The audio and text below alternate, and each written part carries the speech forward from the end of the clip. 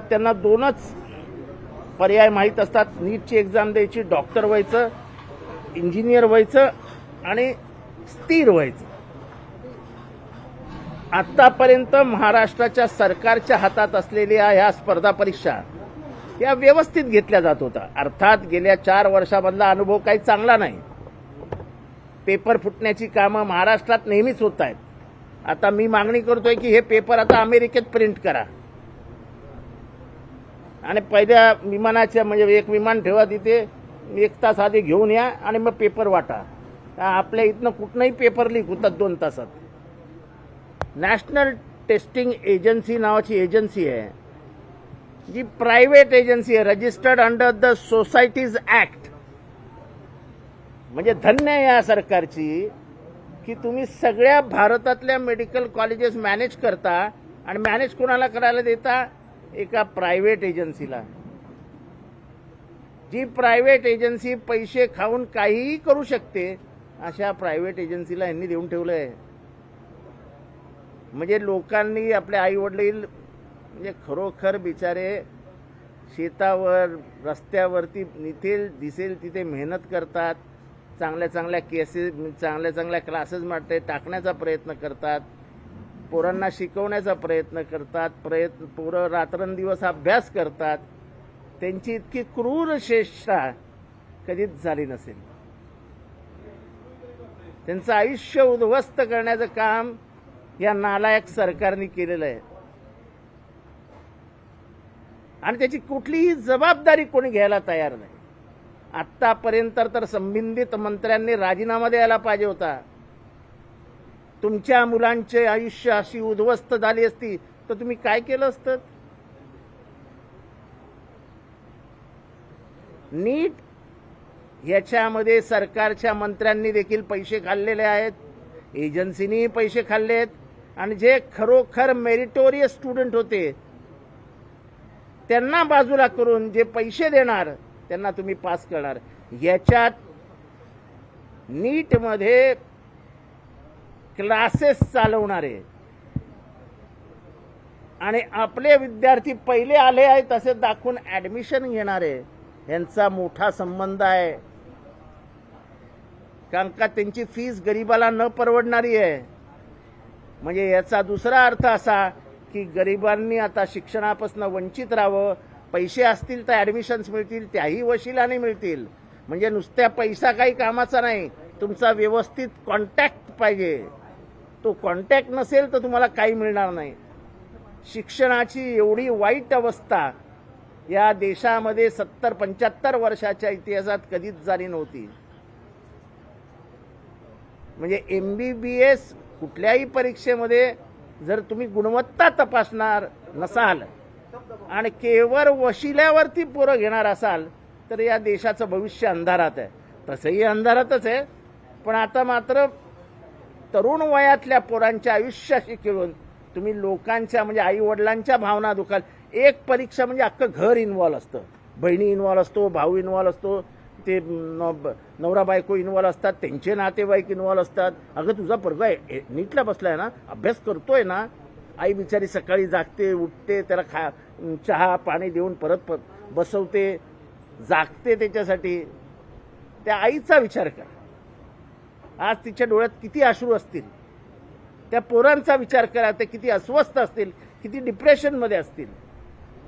आणि या नालायक सरकारला काही देणं घेणं नाही. काल अजित पवारांनी एक प्रेस कॉन्फरन्स घेतली आणि त्याच्यात सांगितलं की नीटची पोरं जी पुण्यात आहेत, मुंबईत आहेत, त्यांची मी भेट घेणार आहे. भेट कसली घेता? तुमच्याच सरकार म्हणजे तुम्ही ज्या सरकारमध्ये सहभागी आहात, तुमच्याच मित्रपक्षाचे मंत्री आहेत केंद्रामध्ये, त्यांच्या अंडर हा घोटाळा झालाय. भेट कशाला घेता त्या पोरांचं? ते पोरांचं आयुष्य उद्ध्वस्त झालंय. राजीनामा मागा ना, नाही तर तुम्ही राजीनामा द्या की मला हे पटत नाही सगळं. हे असं पोरांच्या आयुष्याशी खेळू नका. हे नुसतं मी जाऊन भेटतो, मी त्यांना भेटतो, कसले भेटता? हिम्मत असेल तर राजीनामा द्या ना, सरकारला वटणीवाला ना वरच्या.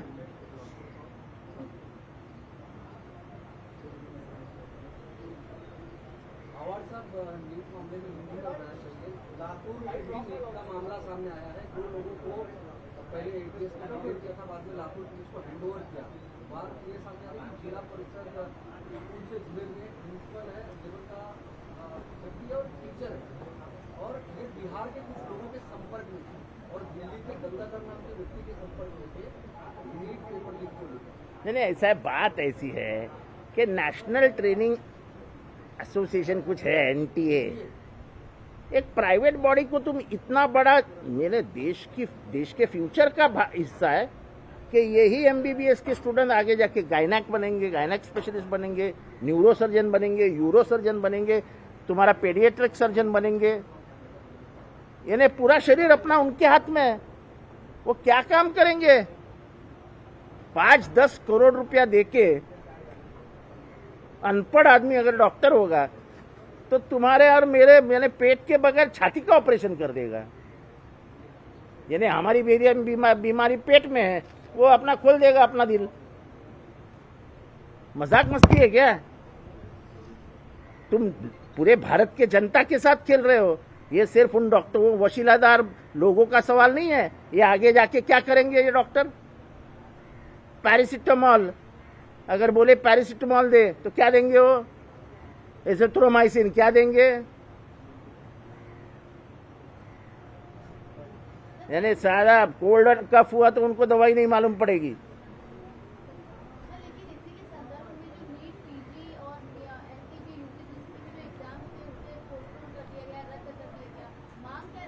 अरे पोस्टपोन किया, ये किया, वो किया, लोगों का साल तो बर्बाद हुआ ना। कोई साल का महत्व है कि नहीं? उम्र बढ़ती है ना। मेहनत का क्या करोगे? मेहनत भी वापस लाओगे क्या?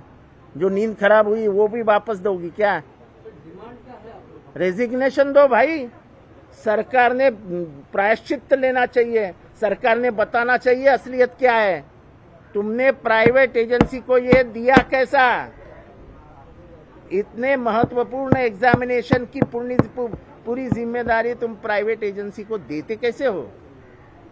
ये तुम्हारी घर की बात है क्या? लाखों करोड़ों लोग जुड़े हैं एक एग्जाम से, क्योंकि सबके माँ बाप की इच्छा होती है कि मेरा बच्चा डॉक्टर बने, मेरा बच्चा इंजीनियर बने। उन माँ बाप की आशाओं का क्या करेंगे? उन्होंने जो सपना देखा था उसका क्या करोगे? और हम 3 महीने के बाद हमारी सरकार आती है तो हम नीट लेने नहीं देंगे। हम महाराष्ट्र के लेवल पे एग्जामिनेशंस लेंगे, और जो महाराष्ट्र की पूर्व परंपरा थी, हमारी एमबीबीएस की सीट्स हम लोग खुद भरेंगे। केंद्र पे हमारा कोई विश्वास नहीं रहा है। ये सिर्फ पैसे पे काम करने वाली सरकार है। ये लोगों का आयुष्य उद्ध्वस्त कर, जिंदगी खत्म कर देती है। हम लेवल पर संभव है क्या? आपको बात कह रहे हैं अरे लेट मी स्पीक या लेट मी स्पीक। हम बोल रहे हैं कि हमें नीट पे पहले से ही शक था। जैसे दक्षिण राज्यों में कहा गया है कि हमें नीट नहीं चाहिए, वैसे महाराष्ट्र की भी मांग रहेगी कि हमें नीट नहीं चाहिए। स्टेट ऑर्गेनाइज्ड एग्जामिनेशन हम करवा लेंगे। हमारी सरकार आएगी तो ये बराबर परीक्षा पार की जाएगी। टेक्निकली क्या ये पॉसिबल है?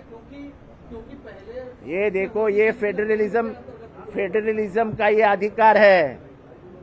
ये तो नीट वगैरह ये जो सब कर रहे हैं ना, ये फेडरलिज्म पे तोड़ा मार रहे हैं। स्टेट के कुछ अधिकार है।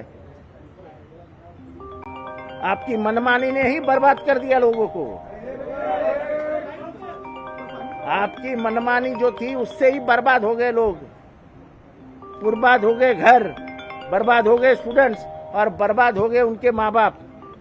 इसकी जिम्मेदारी कौन लेंगे? सर, एक सवाल इससे हटकर है। बॉम्बे हाईकोर्ट में एप्लीकेशन फाइल किया गया था कि शैक्षणिक संस्थानों में हिजाब को इजाजत दी जाए, लेकिन कोर्ट ने एप्लीकेशन को डिसमिस कर दिया। हिजाब पहनने की इजाजत कोर्ट ने नहीं दी है किसी भी शैक्षणिक संस्थान, कॉलेज से। तो मैं सिर्फ नीट पे बोलने को आया था, क्योंकि सुबह से जब मैं पढ़ रहा था तो मुझे मेरे माँ की याद आ रही थी, जो सुबह 4 बजे उठ के मुझे उठाती थी और कहती कि बैठ अभी सुबह दूध लेती थी, गर्म करती थी, उसमें थोड़ा सा कुछ डाल के मुझे पिलाती थी। माँ बाप की जो मेहनत है, सर एक स्टेटमेंट इंसाफ पर वो कोर्ट का वर्डिक्ट आया है नहीं मैंने पढ़ा नहीं ना, मैं सिर्फ नीट से परेशान हूँ। मी से फक्त नीट वरती परेशान आहे सकाळपासून, मला काही सुचत नाही, मी एवढा अस्वस्थ आहे। आणखी एक महत्त्वाचा मुद्दा होता, पाण्याचा मुद्दा होता सर। मुळीच म्हणून एक संस्था आहे, कंप्लेंट फाइल की महाराष्ट्र कनेक्शन इसमें दिखाई दे रहा है, इसका रूट महाराष्ट्र में हो सकता है, ऐसी अटकलें लगाई जा रही है। बिहार तक कनेक्शन देखो ऐसा है, रूट कहीं पे भी हो, केंद्र सरकार की कोई जिम्मेदारी है या नहीं? केंद्र सरकार ने अभी तक इस पे खुलासा क्यों नहीं किया? केंद्र सरकार के जो मंत्री हैं जिनके हाथ के नीचे एग्जामिनेशन हुई, उस बेशरम आदमी ने आज तक इस्तीफा क्यों नहीं दिया? तुम क्या लोगों की जिंदगी से खेलते हो? मजाक समझते हो? सर सर एक मुद्दा आहे पाण्याचा की अरे सर महत्त्वाचा मुद्दा आहे सर, पाणी टंचाईबद्दल सरकारला एक शाहू महाराजांना दिल्या गेलेला आहे, भारतरत्न द्या म्हणून तर शाहू महाराजांना मागणी केली गेली. सर पाण्याचा पण महत्त्वाचा मुद्दा आहे, भारतातच पाणी टंचाई झालेली आहे, दिल्ली मुंबईसह महाराष्ट्रात। अरे ते सगळे येतील ना पत्रकार परिषदेला, मी सगळे पत्रकार परिषद उत्तर दिली, तर त्यांची काय आहे की नाही? काय बोलतात?